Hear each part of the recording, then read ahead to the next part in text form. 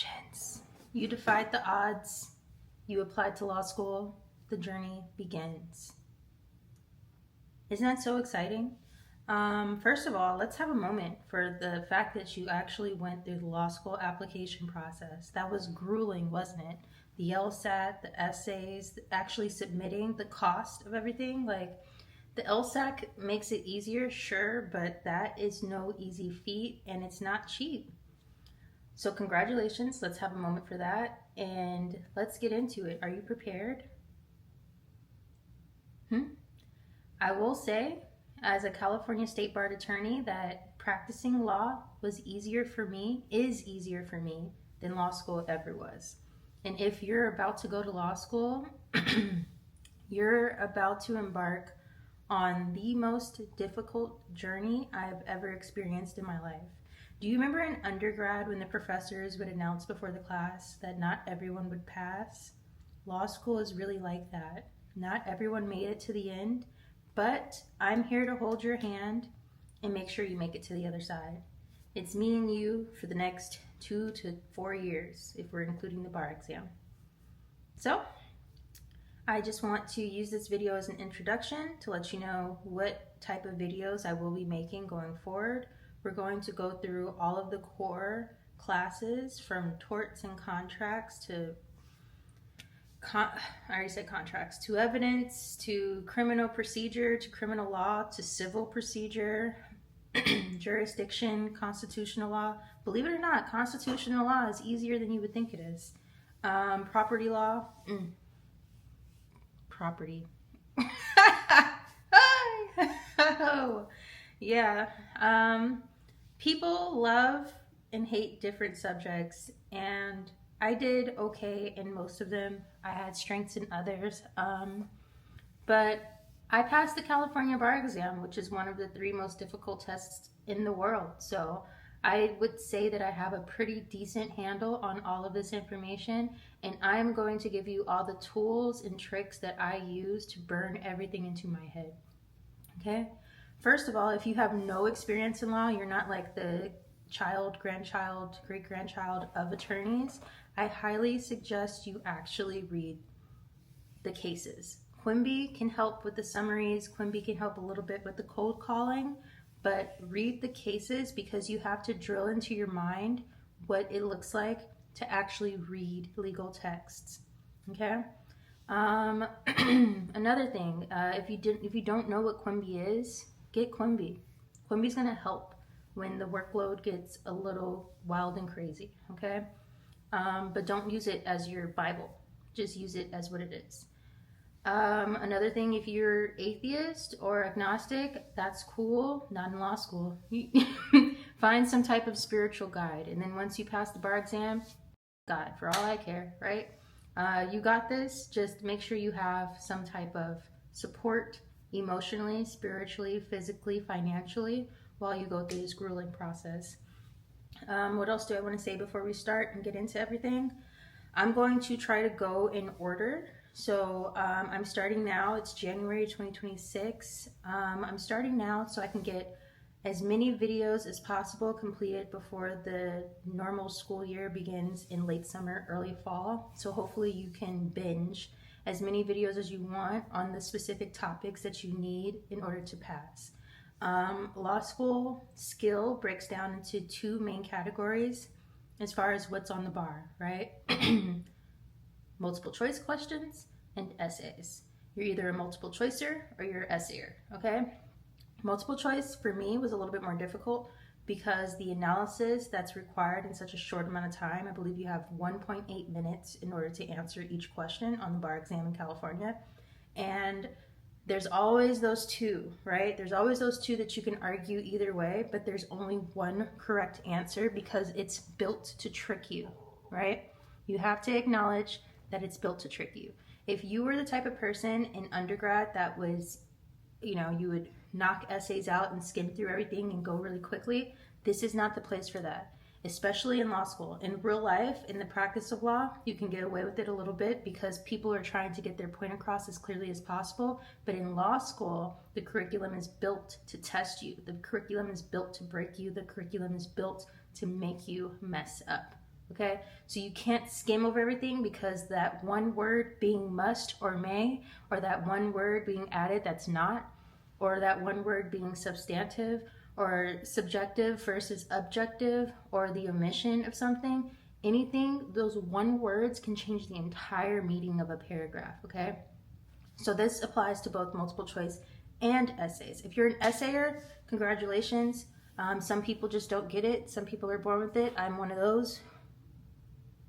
Hey, being an essayer is easier to me because once you realize that all of this legal information is a script, then you'll just be able to follow the formula for your analysis and actually get everything to the finish line, and it becomes easy.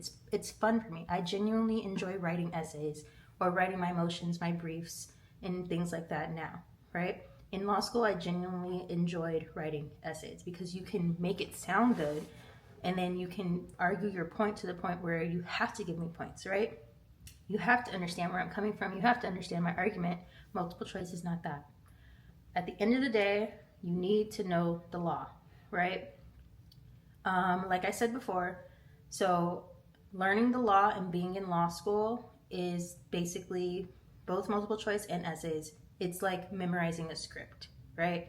Let's say when you're first in your 1L, right? You're starting out, you're embarking on a journey to memorize, like let's say a 4,000 to 5,000 page script. Sounds scary? Shouldn't, because that is what makes it so much easier. I came into law school after 10 years of working in the digital media industry, and so I had drilled in my head creative writing. I can't make things sound the same over and over and over again. Once it clicked to me that in law school that does not apply, I started getting straight A's, right? In law school, stop trying to be creative. Stick to the script, stick to the formula, and keep that thing rolling, okay? Keep it pushing. Do not venture outside of the analysis that has already been frameworked for you. You already have the outline of everything. You're writing the same essays over and over and over again, depending on the rules and the analysis. Speaking of rules and analysis, excuse me, IRAC, say it with me, IRAC. IRAC is going to be your holy Quran of law school, okay? IRAC. Issue, rule, analysis or application, and conclusion. When I first came into law school, it was a little difficult for me to differentiate between these letters, especially the R and the A. What is the difference, right? Let's break it down. The issue. What is the issue that we're solving in this essay? The rule. What black letter law applies to this issue? The application. This is where the gut of your essay will always exist, in the application, right? So how do I take the facts in this fact pattern and apply them to the rules to solve this issue? How do I apply the facts with this rule to this issue? It's really, we're breaking it down. Once this is ingrained in your brain, it's going to make sense. And so once you apply the facts under the limitations of the rule to the issue, now you have an outcome, a conclusion. Okay? A lot of the times you'll be presented with a legal issue and immediately your brain's like, oh, that's the answer. You know it, right? That doesn't slide in law school, babe. You have to go through the IRAC processing, because that is the only way to come up with a conclusion that can be supported and argued properly. You can't just say, oh, it's this because it's this, obviously. Obviously, but what rule did you use and how did you apply the facts to that rule to solve the issue? That is the gut of what gets A's in law school, okay? So sometimes when you go through the IRAC, you realize that your initial thought either was correct and you're awesome and amazing, okay, or it was completely wrong because you missed a couple words in the fact pattern and or you applied the wrong analysis or the wrong rules to the issue. You have to get very clear. And once you get very clear and once IRAC is ingrained in your brain, it's amazing how your entire life kind of shifts, because you realize that most of the time when you're having conversations with people, you're not even having a conversation about the same thing. they're talking about a whole different issue, and they're applying a whole different rules to their issue based on facts that aren't even supported. You see how becoming an attorney will ruin your life? Think about this. If you haven't started law school yet, it's not too late to not do it. And I know a lot of people probably told you that, unless you come from a family that has pressured you to become an attorney since you were a small child. A lot of people probably told you not to go to law school. And I'm here to say, it's not for the weak. It's not for the hobbyists. I had a very difficult time coming from a creative background going into law school because I have always been so passionate about the arts. And so going into law school and realizing there's no creativity, there's no arts, that was very difficult. Now that I'm practicing law, I can bring in my creativity. I can bring in my law,